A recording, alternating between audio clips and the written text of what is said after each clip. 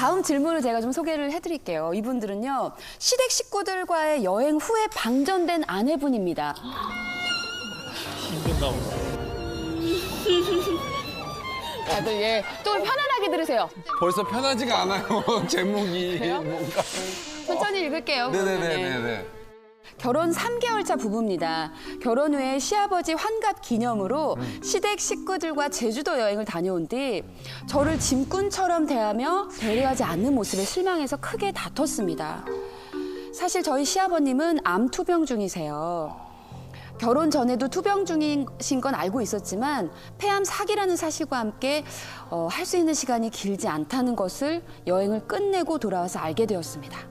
그 후로 시댁 이야기가 나오면 서로 긴장하고 조심하는 것이 느껴져요. 이런 힘들고 긴장되는 상황을 끝내고 서로 보듬으며 살고 싶은데 어떻게 해야 하나요? 라고 보내주셨습니다.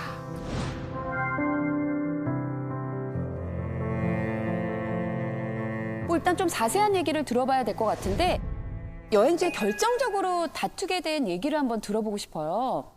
처음에 가는데 저한테 캐리어가 3개가 들리게 되더라고요. 그거부터 시작이 돼서 나중에 어디서 폭발을 했냐면 이제 열심히 맛있는 흑돼지 집에 가서 이제 고기를 구웠어요. 저는 만 며느리니까 이제 돌아와서 이제 잠을 자는 시간이었는데 나 이렇게 얼굴에 기름도 많이 튀고 나 참 수고하지 않았냐 어리광을 부렸는데 이제 돌아오는 말이 네 얼굴에만 튀었냐 이렇게 얘기가 나오니까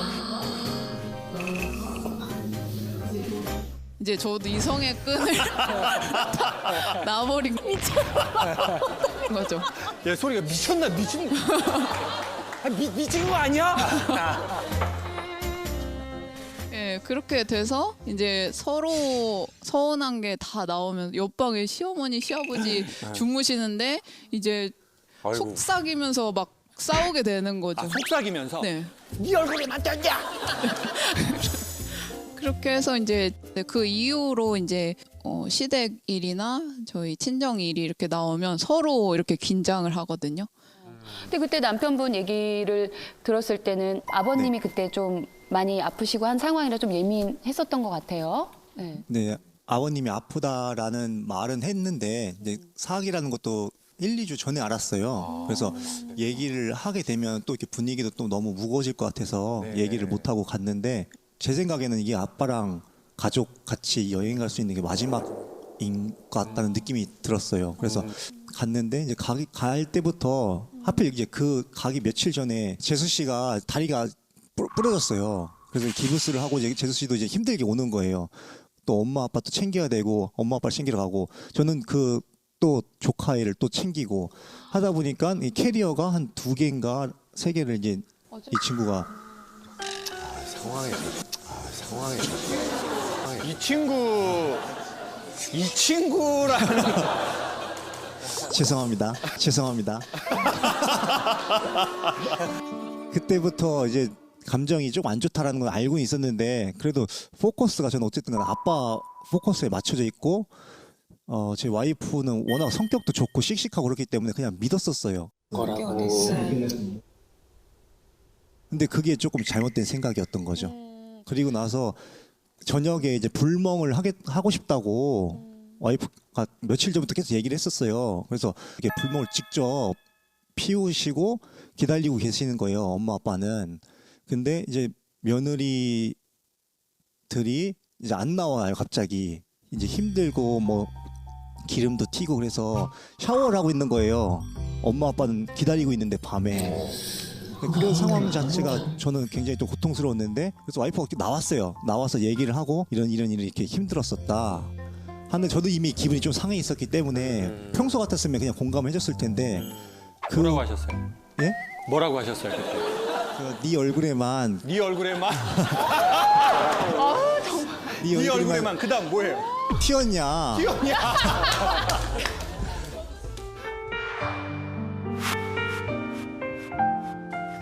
저도 너만 튀었냐 나도 튀었다 이거예요 지금? 처제도 튀었고 아빠도 튀었고 엄마도 튀었고 다 튀었는데 자기 얼굴에만 튀인 건 아니지 않냐.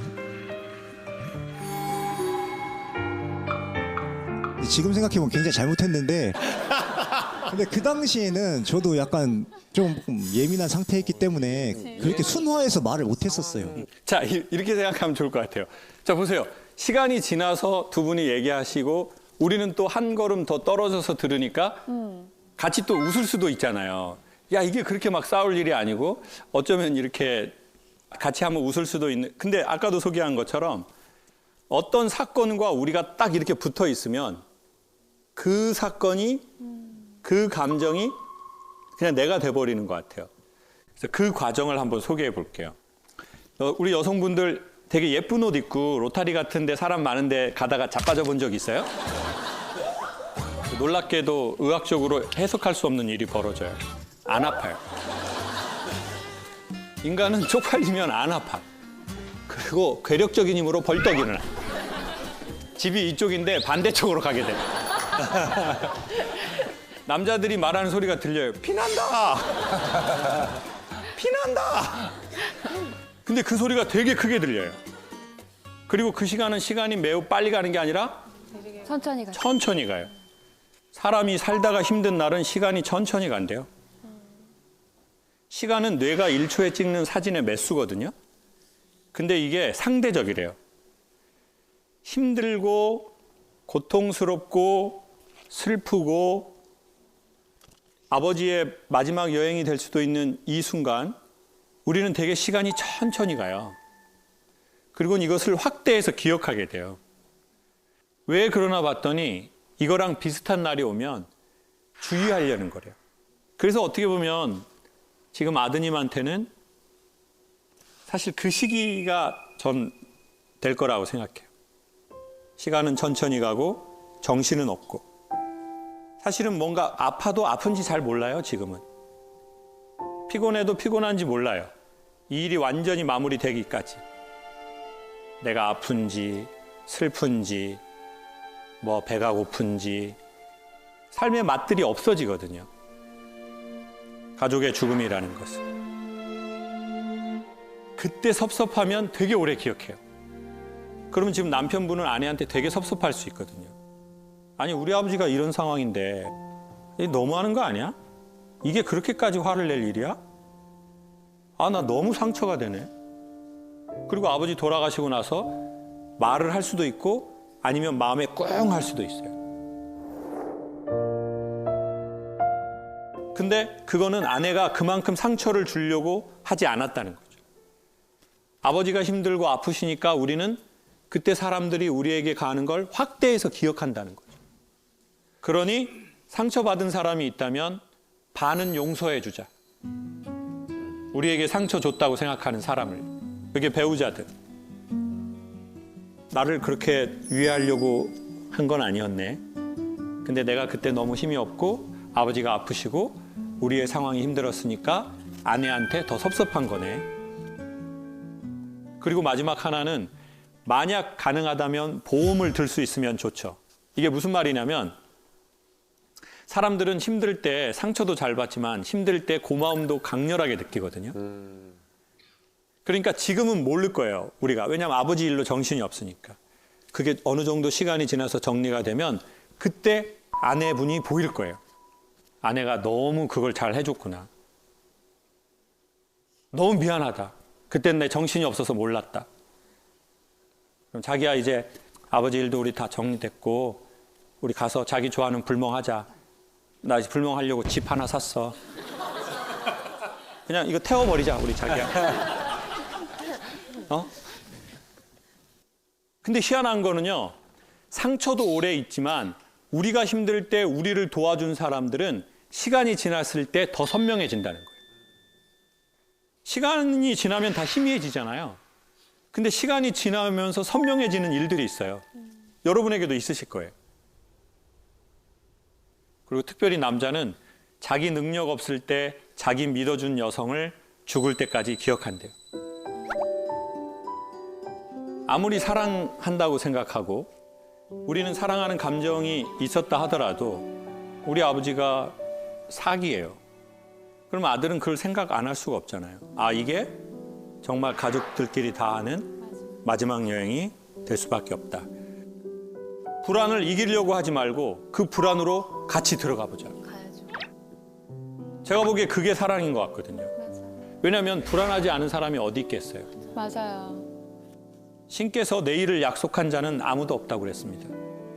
사람은 한숨 쉬고 한숨 뱉고 삽니다. 근데 우리에게 무슨 뭐 대단히 뭐 우리의 안정적 미래에 대해서 논하는 게 뭐가 이렇게 큰 의미가 있겠어요. 나는 그 불안 중에서도 너하고 함께 하고 싶다.